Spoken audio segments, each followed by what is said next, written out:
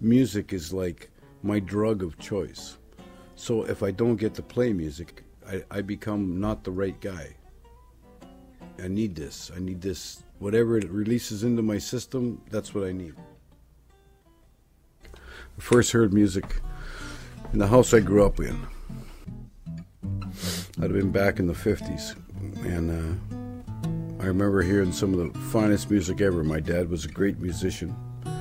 Truck driver by trade, excellent musician, good songwriter. And he started me off when I was 11 years old. Started me playing guitar. I asked him to teach me, and he taught me. The blues, I guess probably I was about almost 15 years old when I first heard the Stones and the Animals and that kind of thing. And from that, I researched the names of the songwriters of the songs they were performing. And that's how I got into the blues. It was a music for me that was allowed total freedom of expression. It's kind of like faking an orgasm, and you can't do that, okay? In the blues, you can't fake that stuff.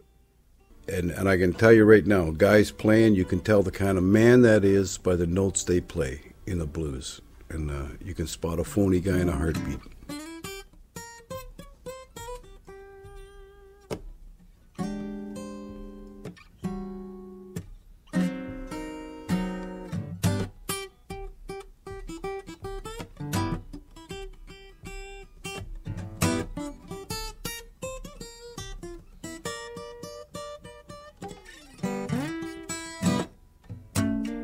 This is my dad's quote when he's teaching me.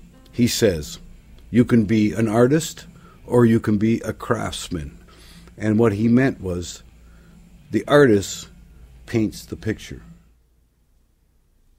I don't care if it's a soundscape or actual portrait, whatever. It's the artist paints the picture, yeah? The craftsman buys a paint-by-numbers kit and stays right inside those lines perfect every time. But he doesn't create the picture. So I chose to be an artist. That's what I chose to be.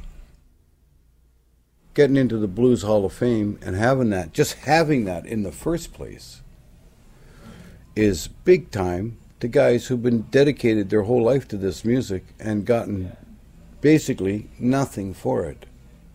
A lot of them die on the streets, crackheads, junkies, and alcoholics, and that's how they die, forgotten. And that's an old story. It's been going around forever.